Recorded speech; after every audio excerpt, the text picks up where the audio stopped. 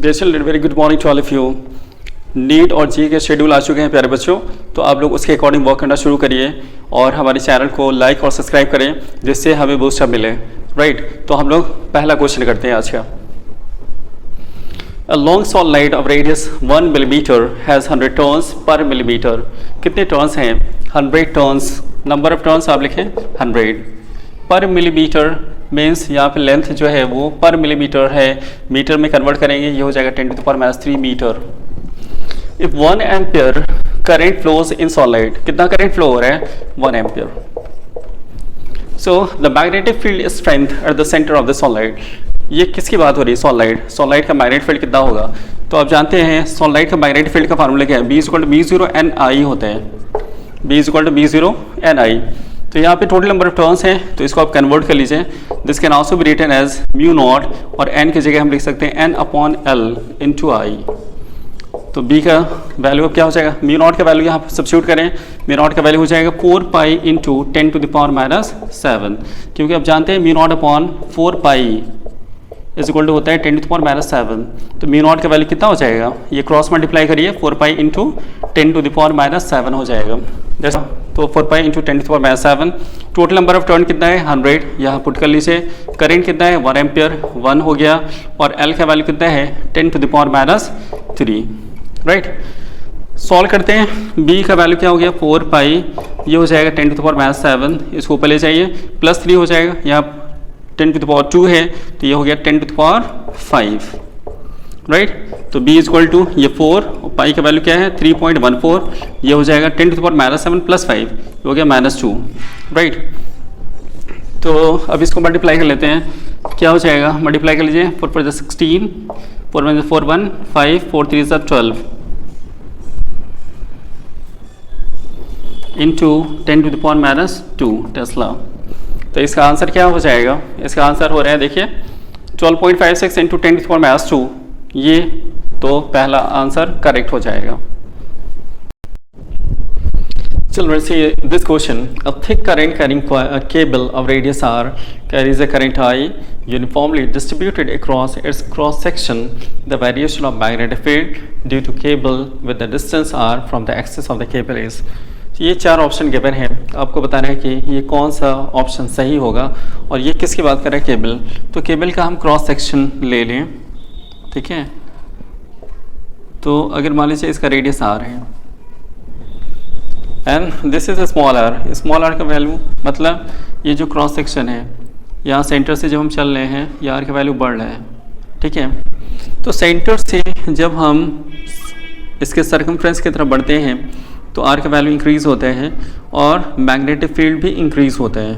Magnetic field surface of the cable will be maximum. इस cable के surface पे magnetic field क्या होगा? मैक्सिमम होगा। और फिर जैसे जैसे हम दूर जाएंगे तो इसकी वैल्यू डिक्रीज होती चली जाती है। राइट, तो इस वजह से इसमें आप देखिए यहाँ पे दोनों केस होंगे कि यहाँ पे मैग्नेटिक फील्ड इंक्रीज होगा, यहाँ पे मैक्सिमम हो जाएगा, और उसके बाद जैसे जैसे हम मूव करेंगे तो इसकी वैल्यू डिक्रीज होती चली जाएगी। राइट, तो इस वजह से यहाँ पे कौन सा ऑप्शन? यहाँ पे सिर्फ शो कर दिया इंक्रीज है, यहाँ शो कर रहा है कि लीनियर केस है, ये बढ़ रहा है तो वो भी बढ़ जाएगा। तो ज़रूरी नहीं आर का वैल्यू बढ़ रहा है तो यहाँ तक बढ़ेगा, मगर इसके बाद जब हम चलते हैं तो वैल्यू डिक्रीज होने लगता है। तो इस वजह से ये भी सही नहीं है, ये भी इंक्रीजिंग को शो कर रहा है तो नहीं सही है। यहाँ पे ये वाला ऑप्शन आप देखिए, यहाँ पे इंक्रीज शो कर रहा है, कहाँ तक? इसका यहाँ पे डॉट आउट कर दिया, इसका मतलब ये आर का वैल्यू, ये रेडियस, यहाँ इसके रेडियस पर ये जो है मैक्सिमम होगा। फिर उसके बाद जैसे जैसे हम आगे जाएंगे तो ये वैल्यू क्या होगा? डिक्रीज होगा। तो इस वजह से ये ऑप्शन करेक्ट हो जाता है। So children, see next question. Equipotential surfaces. Children, do you know equipotential surfaces? Equipotential surfaces उन्हें कहते हैं जिनके पोटेंशियल सेम होते हैं।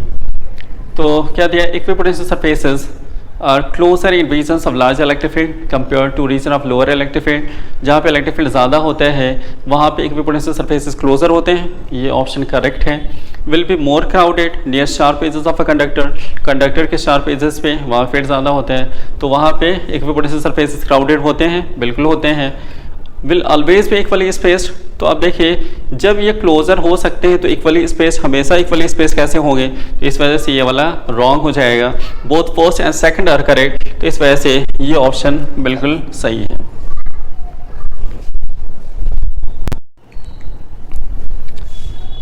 Children, now see this question. In a parallel plate capacitor, the capacity increases. Capacity increase हो जाएगा. Capacity, that is capacitance की बात करें. Capacitance of a parallel plate capacitor का क्या फार्मूला है? C is equal to होता है epsilon naught A upon D. This is the formula of capacitance of parallel plate capacitor without dielectric. अगर वहाँ पे dielectric यूज़ करें, so C is equal to K epsilon naught A upon D हो जाता है, right?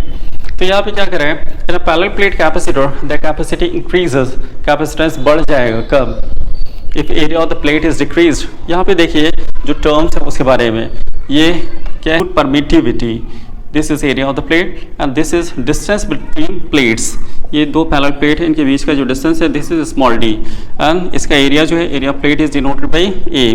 तो देखिए capacitance जो है it is directly proportional to area of the plate and inversely proportional to distance between plates, right. तो अगर ये प्लेट के बीच का डिस्टेंस बढ़ाएंगे तो कैपेसिटेंस डिक्रीज हो जाएगा, एरिया ऑफ प्लेट बढ़ाएंगे तो कैपेसिटेंस बढ़ जाएगा. और डायलेक्ट्रिक कांस्टेंट की बात करें, अगर इसका वैल्यू इंक्रीज होगा तो ये भी बढ़ जाएगा, राइट. अब ऑप्शन पे देखते हैं. Area of the plate is decrease. अगर हम प्लेट का जो एरिया है उसको कम कर देंगे तो कैपेसिटेंस बढ़ जाएगा. एरिया ऑफ प्लेट अगर हम कम करेंगे तो कैपेसिटेंस बढ़ेगा? नहीं बढ़ेगा. तो इस वजह से ये वाला गलत हो गया. Distance between plate is increase. तो डिस्टेंस बिटवीन प्लेट को स्मॉल डी से डिनोट करते हैं. अगर ये हम बढ़ाएंगे तो ये कम हो जाएगा. तो डिस्टेंस बिटवीन प्लेट इंक्रीजेस तो कैपेसिटेंस नहीं बढ़ेगा. Area plate is increase. अगर एरिया प्लेट को हम बढ़ा दें तो कैपेसिटेंस क्या हो जाएगा? इंक्रीज हो जाएगा. तो ये वाला ऑप्शन बिल्कुल सही है. After doing all this question, homework for you. इसका आंसर आप लोग कमेंट सेक्शन में जाके जरूर दीजिएगा. What is question is what is torsional constant. Torsional constant, इसका आंसर आप लोग कमेंट सेक्शन में जाकर ज़रूर दीजिएगा. चैनल को लाइक और सब्सक्राइब करें. Thank you so much.